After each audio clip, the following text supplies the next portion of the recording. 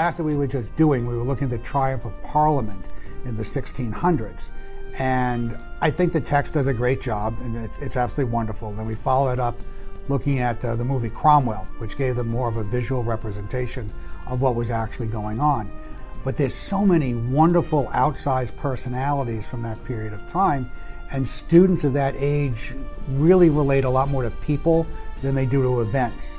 So they enjoy the biography more than the dry recitation of the facts right there. So what they had an opportunity to do here was to actually recreate the Battle of Edgehill, which was the first encounter between the parliamentarians and the royalists during the English Civil War.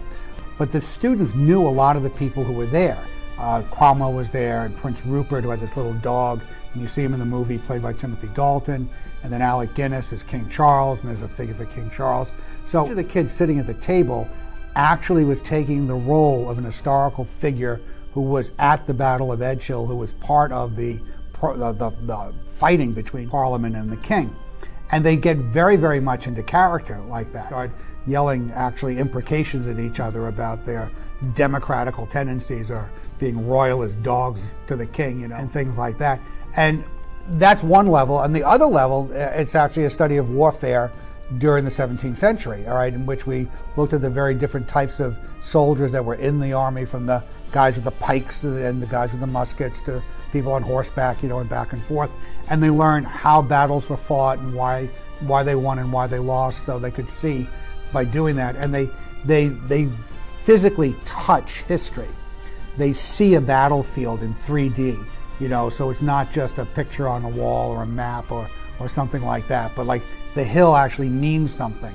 When they look at the hedgerow and I can't get through it. What the heck is wrong here? I can't get through it, and I have to get off my horse and cut away, So the physical obstacles, the tactics that we used at the time, the strategy. And I'm always amazed at the depth at which students actually get into it, because we will break, obviously, different classes are working on it, and there's not a moment during the day when kids do not wander in during their free time to gather around and argue with each other about what's going on and what they should do.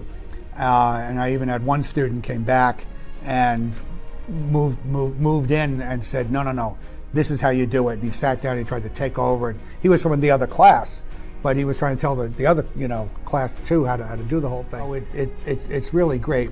And kids have different skill sets. Some kids are a lot more hands-on, and those types of students who are maybe not fascinated with reading the textbook that you gave them, or are maybe a little bored with the movie because it isn't like people all over the place, get very much into this because it is a very visceral type of experience for them. And they learn history, but they learn it without having to learn it. They need to know that type of unit, for example, is more powerful than that type of unit. And they figure that out because it's important in the game that they win. So they figure that out, and then they translate that into just a general historical knowledge, which is really good.